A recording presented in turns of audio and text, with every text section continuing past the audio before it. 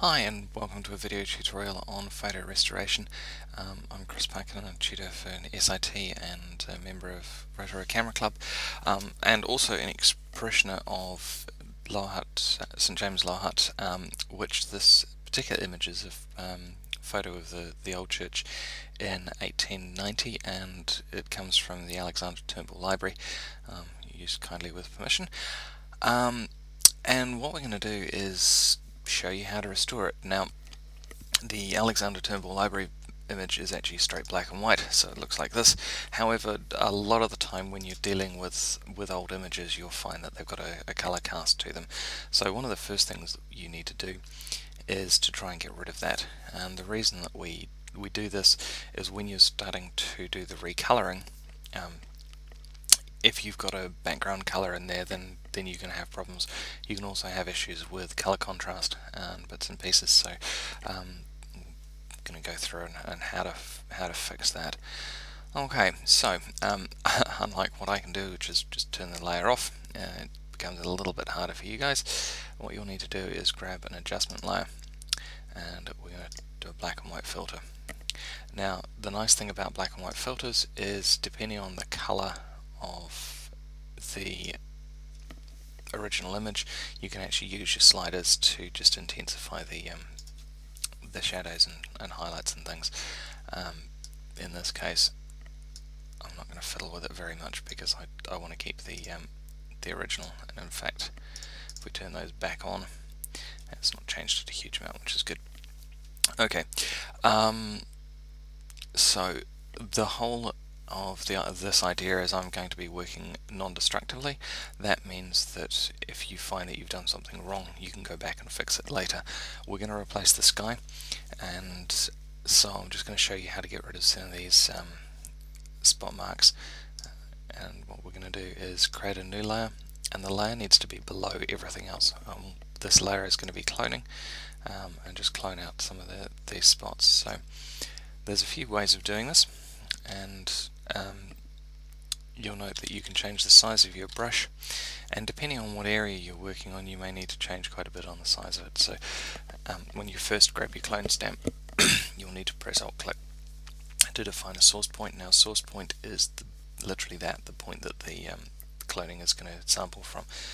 Control plus will allow you to zoom in, and hold down Alt. Comes up with this little symbol, and we want to pick something that's very similar to the area that we're going to clone over. If there's any lines running through the image, you want to make sure you've got them lined up. So there's no point in grabbing a clone source point here and then cloning up here, because as you can see, the texture's all wrong, and so is the shading. So you want to grab something next to that, and that will do it quite nicely. There are a few other options. Heal, healing brush. One thing that you do need to make sure, because we're working on this layer down here, we want to be sampling current layer and below. Now, if you don't have current layer and below sampled, there's a few other options: current layer and all layers. If I sampled all layers and pasted it and was working above here, so up here in the layer panel, then when we change any of our exposure or curves or anything else, the original cloning isn't going to change, and it can show up. And I'll show you what I mean, because it can be quite frustrating when you do it. Say we clone out this piece. There we go, nicely sorted. And then we decide that we want to add a curves layer.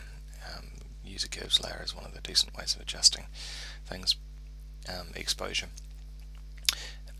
This is the layer that I've just put this that piece of cloning into for layer 4, and the curved layer, you can put pins basically in the curve, and you can force it to change. But you see how this spot hasn't changed, and that can cause quite a lot of grief when you're trying to edit your photo and get that exposure right, only to find that that whole change that you've just made now doesn't work.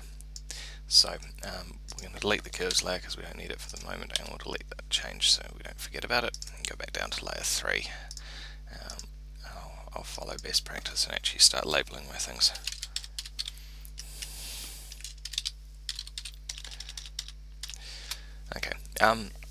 So you can label stuff, or you can just use the eyedropper and turn it on and off, and you can see what changes you've made.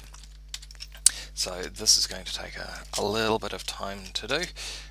You'll see that there's cloning that needs to happen here, and this time we have to get the lines of the church actually lined up.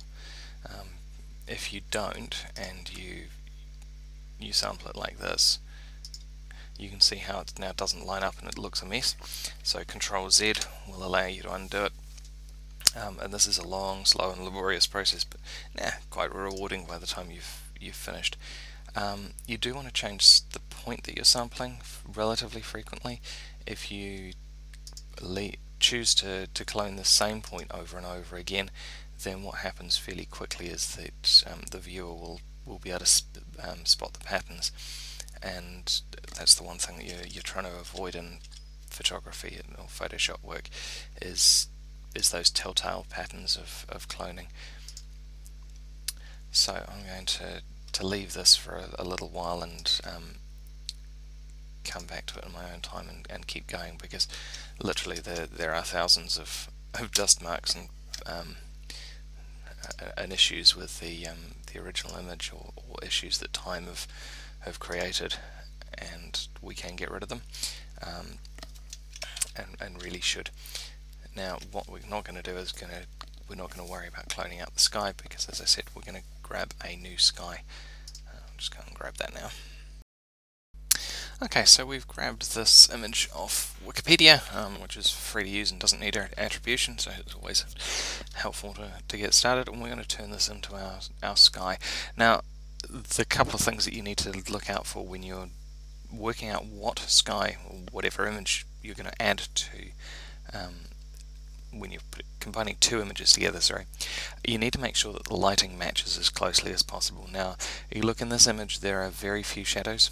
In fact, it was probably a typical Wellington overcast day. So while I want some blue in the sky just to give us some contrast, we actually have to be careful that there's no major light source on the clouds themselves. So this is flat enough for what we want. First thing we need to do is transform the image so that it's big enough. So Control T. You need to make sure it's reasonably close to the same size that you're using. If you start with a tiny file and then blow it up, you're going to end up with problems, because the file's simply not going to be big enough, and you're going to end up with compression and artifacts, and it's just going to look horrible. So make sure you're starting off with good quality images to start with. And of course, if you're doing this and you're doing it all your own work, you want to make sure that you're actually using your own work, and then you can display it for club use and stuff. As I'm doing as a tutorial, I'm not too worried. You know, there's a few dots, and this is a dust spot and a tiny bit of lens flare in here, so something that we want to get rid of, but we'll do that as we go. So I've just squashed the sky up a little, and that's because I know that this image will be looking up into the sky, so we want to change the ratio of the clouds a little bit. It's one of those things that you have to do a little bit by eye, and you need to be careful that you don't do it when things are supposed to be square or rectangular, and particularly if you distort people, it becomes very apparent. So I'm going to duplicate our background layer and shift that up to the top, and the reason that I want to do that is I just want to grab a sample of the sky. It's just slightly easier than turning off all the other layers. So it's chopped off the top of our bell tower, and it's chopped off this piece down here, which isn't fantastic, but we can fix that up later. This is the nice thing about doing it non-destructively. Actually, I might add that back in. So hold down Alt and tab and paint across. And you note that I'm using the quick selection tool. You can use the magic wand, but that tends to work better when you've got a really hard difference between the two areas, because we've got all of this blotchy mess. It's just easier to do it this way. So we click on to our layer 3, which is going to be our sky layer, and we're going to go layer mask, and we're going to reveal the selection. So that's going to bring through the rest of the church. You know that the horizon needs work, and we need to put our spire back in.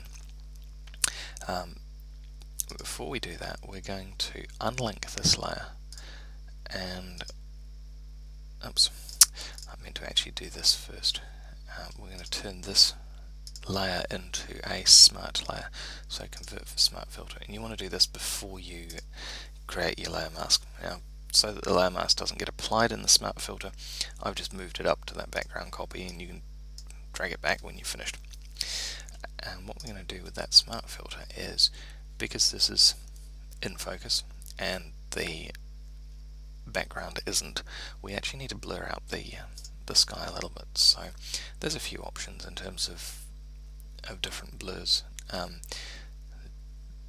This one's quite a nice little one when you're doing tilt shift work, and you can blur out different parts of the image. So I'm going to drag it down here so it's just blurring out the sky. It's not really tilt shift, but this would allow you to fake a tilt shift within an image, and to change. It's nice because you can control the amount of blur and actually see what it's doing on the image as you go.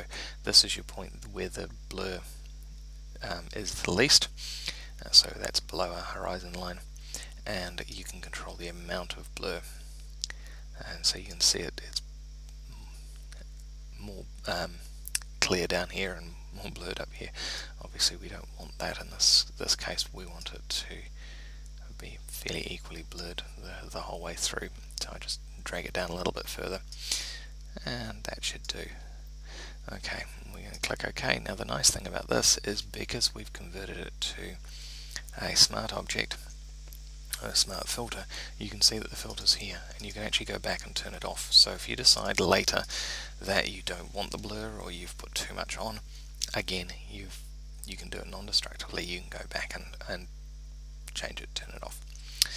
Okay, so the next thing we need to do is get this edge of the building sorted. Now, we can go and select using this mask, and let's see how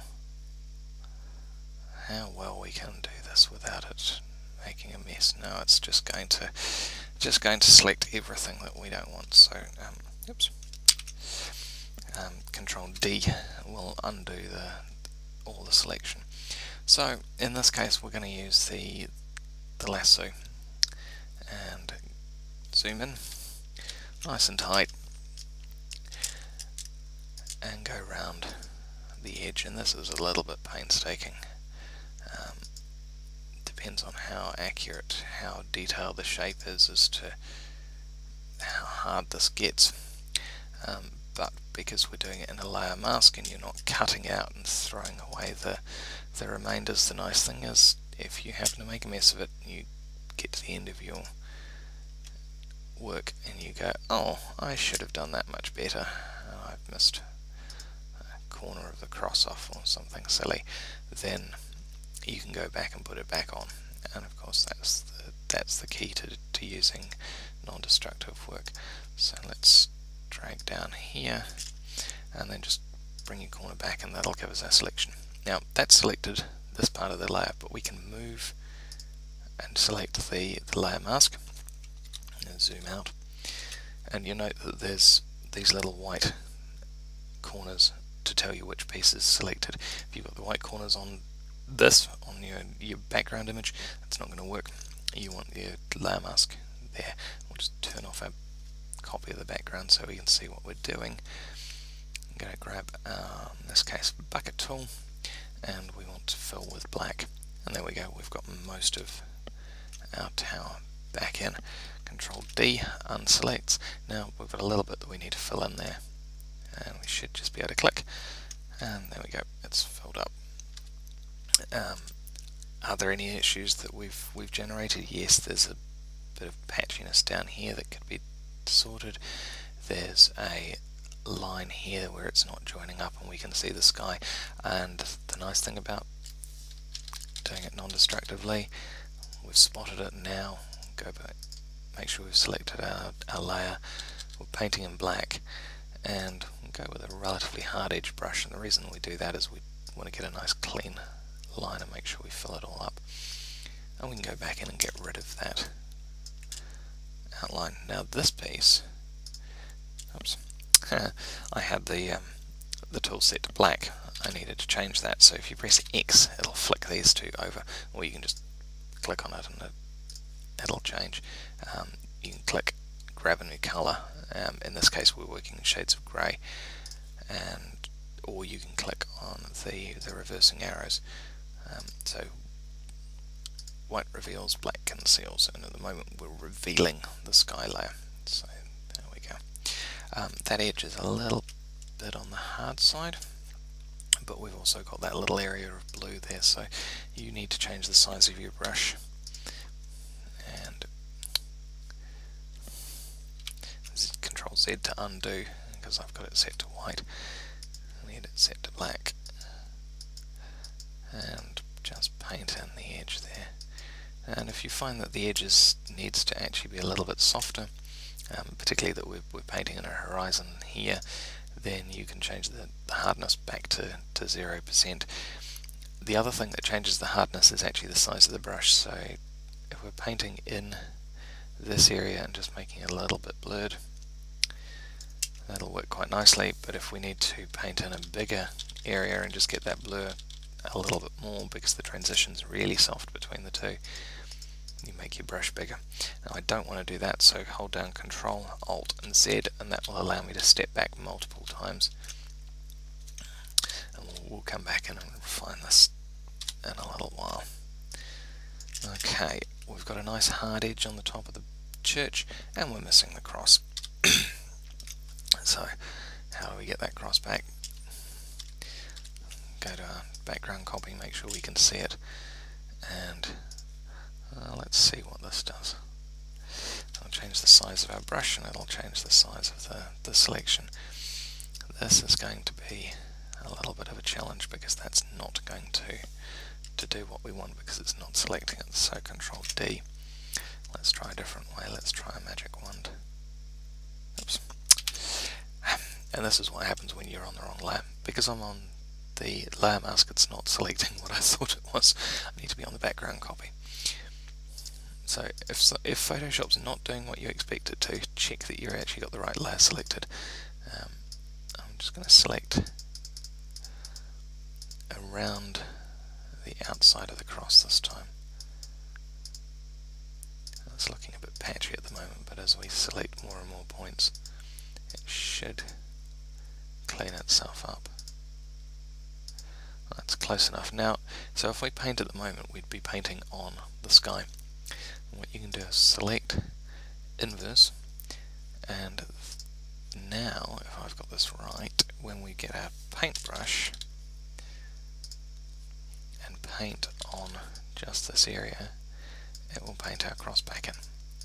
It's done a reasonable job of it. Control D will deselect, but you see how we've got all this speckle and mess there. Well, that's because when I painted it in, I used a brush that was too big. So we want to go and paint that back out. At the moment it's getting rid of it, but it's getting rid of it very soft on the edge. So change your hardness over and get rid of these speckles. Now, these speckles can be really, really irritating when you're viewing an image and you see it, because it's a really clear telltale that you've done Photoshop work. So if you've got a tablet and you've got a brush and can do this by hand, then it's a little bit easier. I end up doing all most of mine by mouse, just because for some reason the mouse actually works. I can draw slightly better with a mouse than I can with a tablet, but there again, I'm no artist from that point of view. And this is going to take a while to do, but it's one of those things that's worth the time and effort that you put in now. It's going to save you the time and effort later. And if you make a mistake because you're working on the layer mask, it's not quite so critical. You can go back and fix it up later. Okay, let's leave that for now, remember to save your images from time to time. I haven't saved this at all, which is naughty of me. I'm just going to save it there and not worry about anything else. We'll save it as an unresized PSD file. Save it at the highest quality, and that way that if you want to go back and do work on it or resize it for printing later, you can. When you're ready to do your own version to send in to SIT, make sure that you send it in as a resized copy, but make sure you do that copy.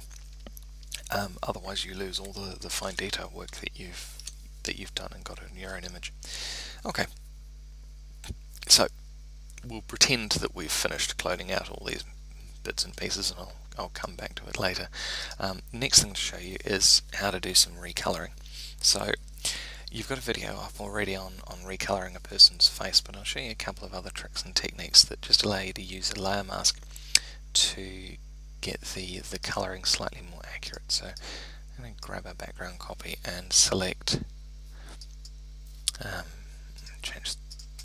change our function to quick select again, and we're going to select one of these trees. Okay, so the reason I'm going to use a layer mask is once you start painting in colours, the more colours you can use, the generally more realistic the painting looks, or the recoloration looks. If you just use solid blocks of colour, then you tend to make the whole thing look slightly unnatural. So we've got our tree there. Label this copy tree, and we're going to use a layer mask. Say layer, and we're going to reveal this one, the reveal selection, and you'll note that the rest of the mask goes black, and there's nothing in there, so it's not changed anything yet. I'm going to grab our colour for our tree, reasonably dark green paintbrush, change our size of the brush, and we're painting on the layer itself. Now, that looks absolutely horrible, and totally fake. If you drop down the opacity, it looks slightly more realistic, but not fantastic. What you need to do is change to colour, and then you can drop the opacity, and we now can go back and refine our mask. So the edge of the tree that we're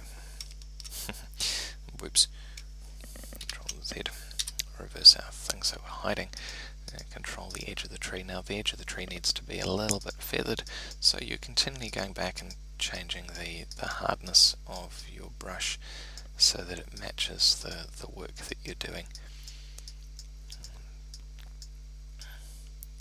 Okay, so that's close enough for this tree. We'll go and add a little bit down here, touch in here, but because this tree is all one solid colour, it looks quite fake. So we'll go back to our layer itself, grab a different colour from the green, and we're going to change.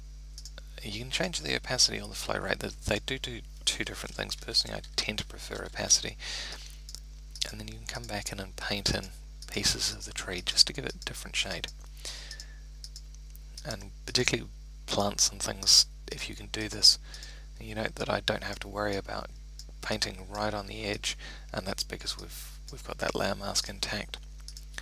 In fact, speaking of layer mask, there's a piece there that I need to get rid of, and because we've changed the flow rate, it's going to paint out very, very slowly, so I'll change the flow rate back. And that's one tree. And we need to do the grass, so we create a new layer. I'll put the grass layer underneath, just because it's going to be most of this piece.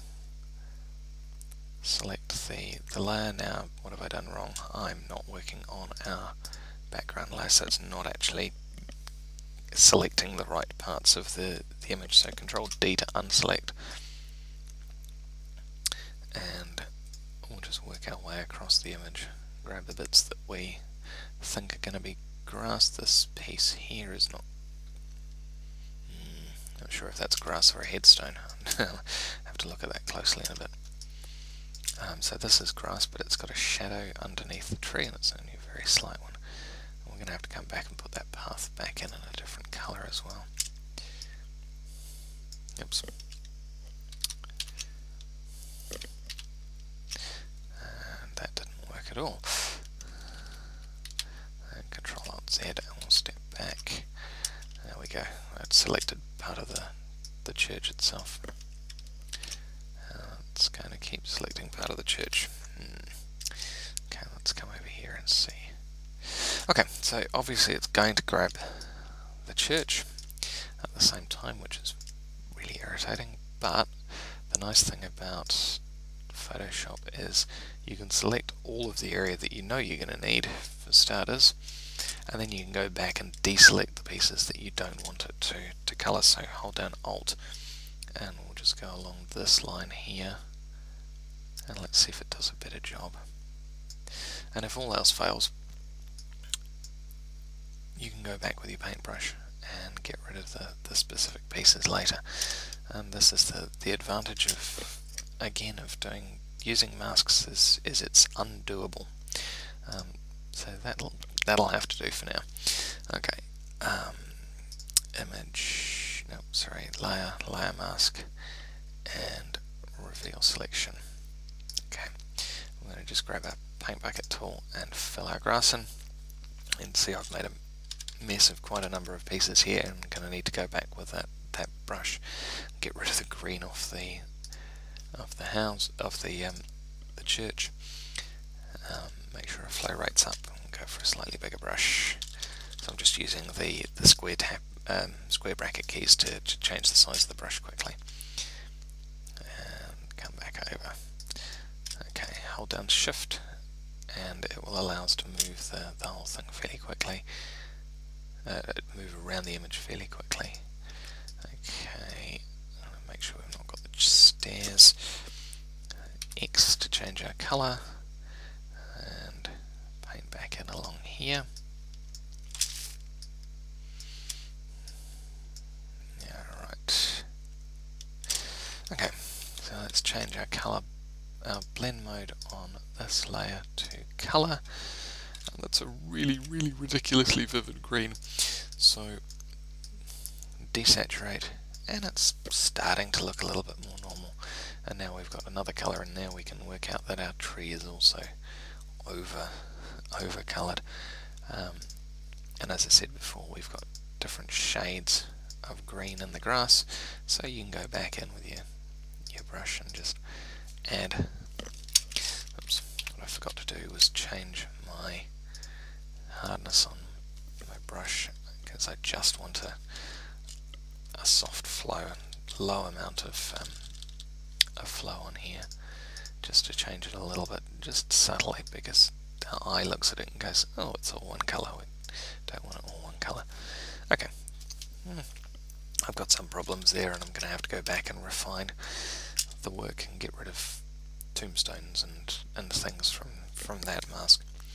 And again, you can either go up to your original copy, make your selection of the area that you're going to work on, which means that you can get really nice clean lines if you can get a clean selection, and then go back to your layer mask. Remember to turn it off so you can see what you're doing, and then grab your paintbrush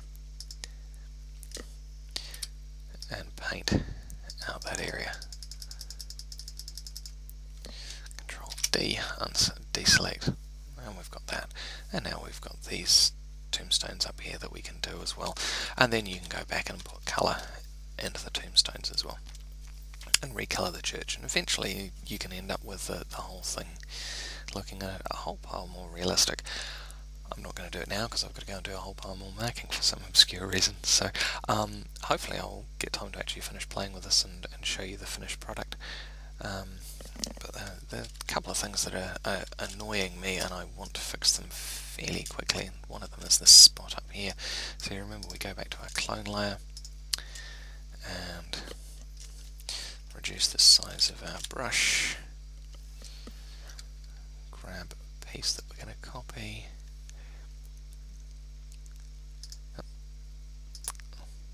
helps if you work out which tool you're using in this case, trying to clone, and this is the heel brush, it's trying to get rid of it, but what it's doing is it's getting rid of all of the spots, and therefore we're getting some noise in there. So I'm going to go back and grab our cloning brush. This is the one time that I would use an eraser just to get rid of the work that we've just put up there. Grab our clone brush, sample this point here, and there we go, we've got rid of that spot. Out, damn spot. I never thought I'd be quoting Macbeth. Oh, well. And we can clean up the roof line as well. Okay, so as you can see, I've not had to go back and change anything, but I can still, in terms of the colouring, but I can still go and finish off and clear up pieces that are cloned and that have caused me problems with the clones.